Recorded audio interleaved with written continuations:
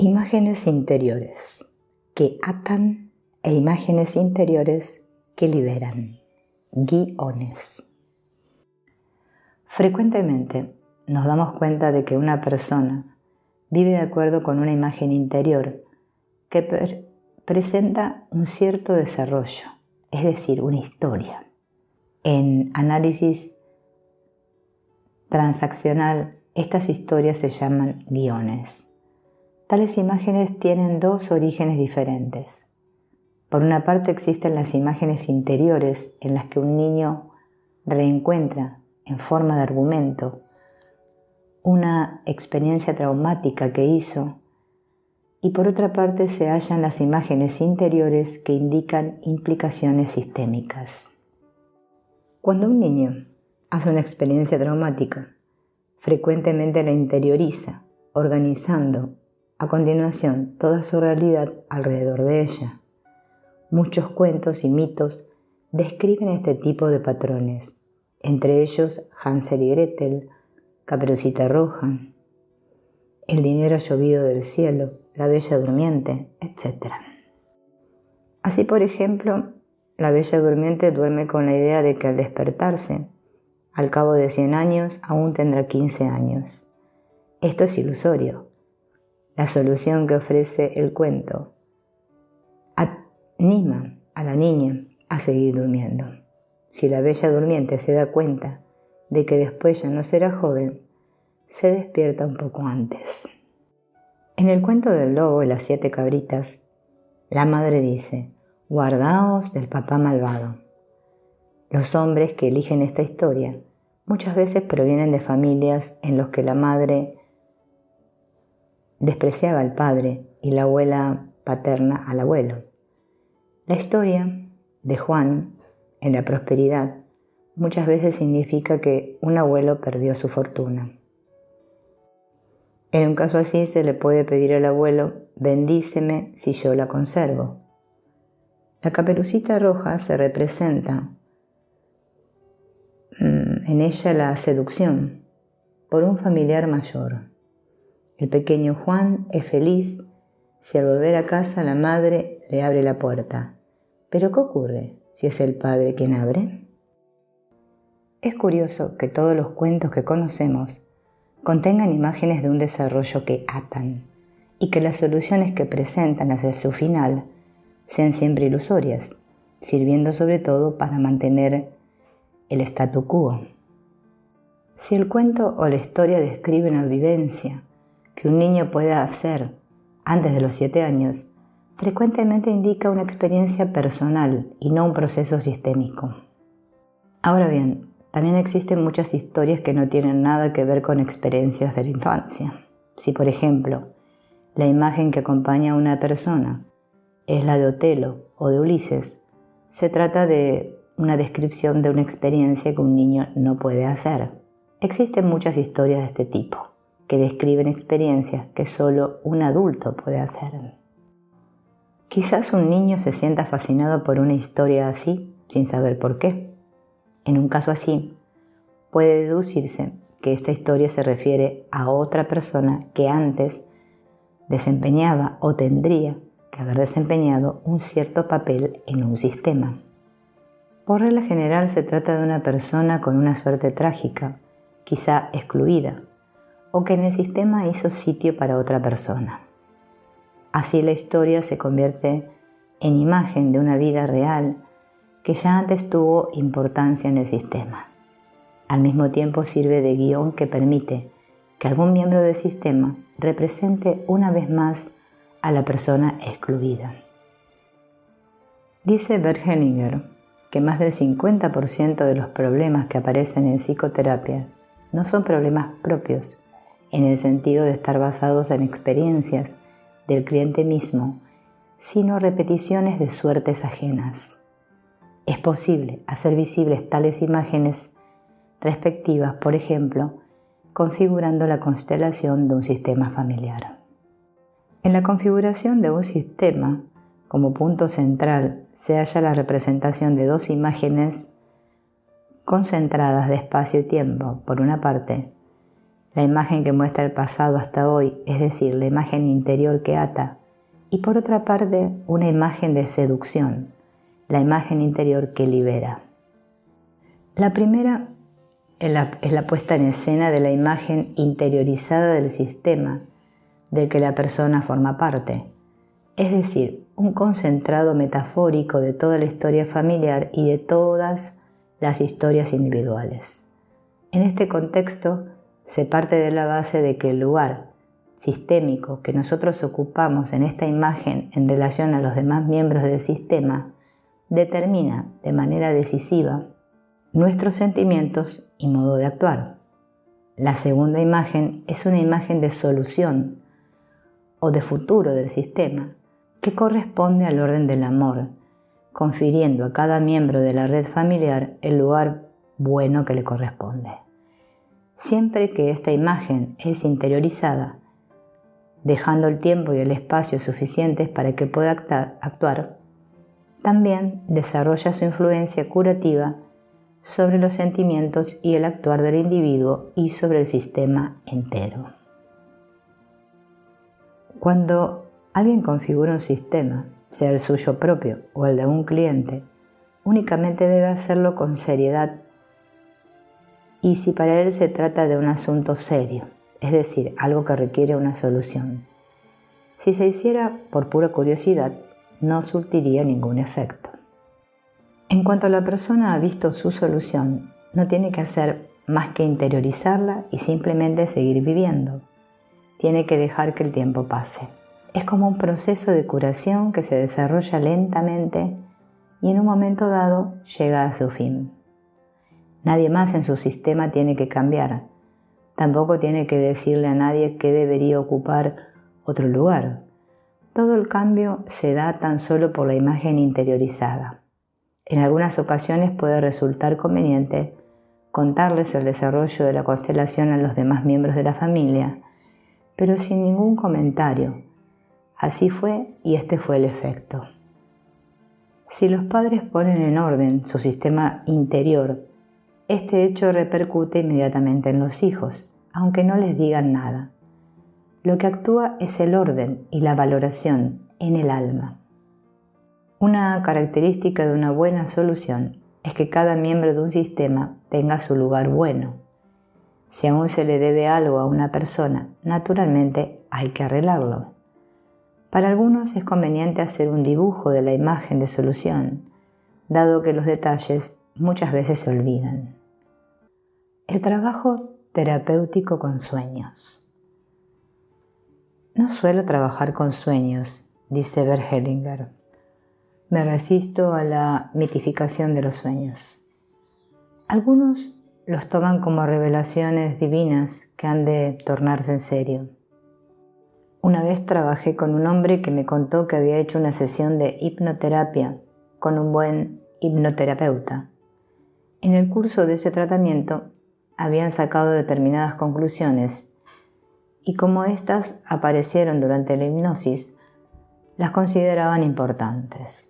Para mí se trataba de un resultado equivocado, no era favorable para él. Cuando en una conversación lo miramos desde el punto de vista sistémico, de repente quedó clara la auténtica dinámica de fondo. La hipnosis no pudo llegar a ese punto, dado que tampoco la hipnoterapia ayuda cuando no está el entendimiento. Y donde una persona no ha trabajado nada, tampoco le ayuda a ningún sueño. Existen los sueños que nos ayudan a seguir adelante, pero solo aquellos que ya están en camino. Estos, desde lo profundo, aún reciben otra ayuda más. Al que se queda parado no le aportan nada. Los sueños dependen del flujo de energía que una persona presenta. Cuando la energía fluye hacia la pasividad o el rehuir las decisiones, los sueños afirmarán esta tendencia. De la misma manera que en la vida cotidiana las personas emplean muchas técnicas para escaparse del actuar que corresponde, afirmando así la inactividad, la mayoría de los sueños sirven para justificar y afirmar el problema. Cuando se trata de un sueño así, se sabe por la facilidad con la que la persona empieza a contarlo sin ningún reparo. Este tipo de sueños los defino como sueños secundarios. Van unidos a sentimientos secundarios y al igual que estos sirven para rechazar aquello que en realidad sería propicio, puesto que se trata de un sueño. La gente piensa que podría permitirse el no hacer nada. Si el terapeuta muestra interés por un sueño así, afirma el problema, mientras que el otro se ríe interiormente por haberlo engañado. Algo similar ocurre cuando alguien dice: esta noche soñé contigo. En la mayoría de los casos, quieren jugarte una mala pasada. Ejemplos de sueños secundarios. Un hombre sueña con un balcón que, al cazar, ve un pequeño pájaro cantor. Primeramente deja que cante un poco más, después lo agarra, se echa al vuelo, da unas cuantas vueltas encima de su propio nido y finalmente deja caer al pajarito ahí.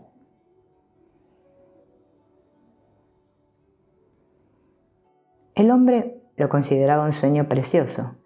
En su casa la situación era la siguiente. Su mujer lo había abandonado para vivir con otro hombre, pero los hijos, sin embargo, pasaba siempre media semana con ellos. Después volvía nuevamente con el otro hombre. El sueño, por lo tanto, describía exactamente su situación.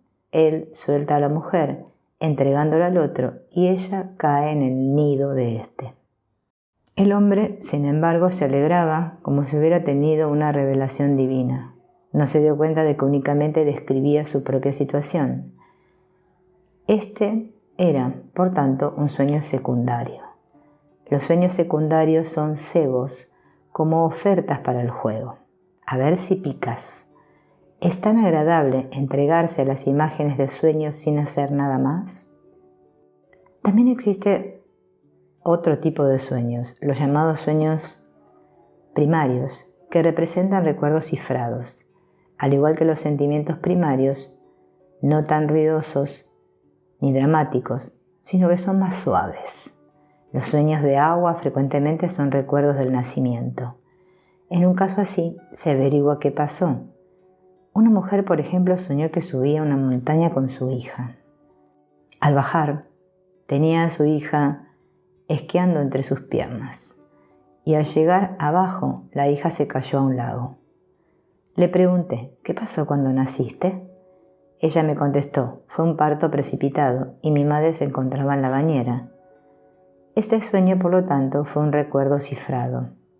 Los sueños más significativos son los sueños sombra, en los que se revela el lado reprimido que uno mismo no quiere ver. Normalmente un sueño así se rechaza y no se cuenta. Los sueños sombra son la mejor oportunidad de entrar en contacto con una parte oculta de uno mismo. Y justamente aquello que en el sueño se teme debe encontrar un lugar en nuestra razón y en nuestro corazón. La persona que aparece como mala la llevamos a nuestro corazón. De esta manera podemos integrarlo. Los sueños sistémicos son también muy significativos. Es decir, existen sueños que no tienen nada que ver con el soñador, sino que describen un problema en su sistema de origen, un problema no solucionado. En este caso, sería absolutamente equivocado darle una interpretación personal. Por lo tanto, es de gran importancia en el trabajo con sueños que se distingan los sueños sistémicos de los demás. ¿Podría darnos un ejemplo de un sueño sistémico? Bert Hellinger.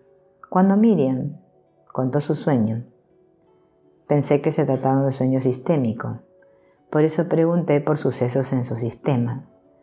El sueño no me conmovió en absoluto, pero no estaba seguro. Lo que describió a continuación más bien me hizo pensar que se trataba de un sueño primario en el que una vez más aparecían los antiguos miedos.